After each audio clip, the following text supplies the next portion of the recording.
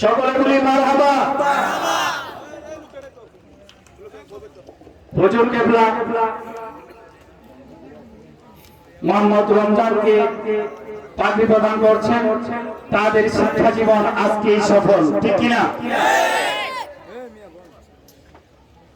অনেকগুলি মহামূল্যবান আলেমদের উপস্থিতিতে আজকে পাগড়ি গ্রহণ করছে, এটা তাদের জীবনের সবচেয়ে বড় একটা পাওয়া, ঠিক কিনা? এই পর্যায়ে পাগড়ি গ্রহণ করতে আসছে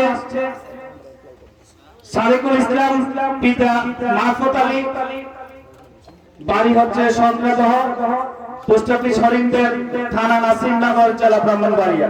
ওনাকে পাগড়ি প্রদান করবেন পীরে তরিকত রহনুমায়ে শরীয়ত জননেতা হযরত মাওলানা মুস্তাক আহমদ আলওয়াইস আল কাদরি সাহেব। ওনাকে পাগড়ি দেওয়ার জন্য বিশেষভাবে অনুরোধ করছি। পাগড়ি গ্রহণ করছে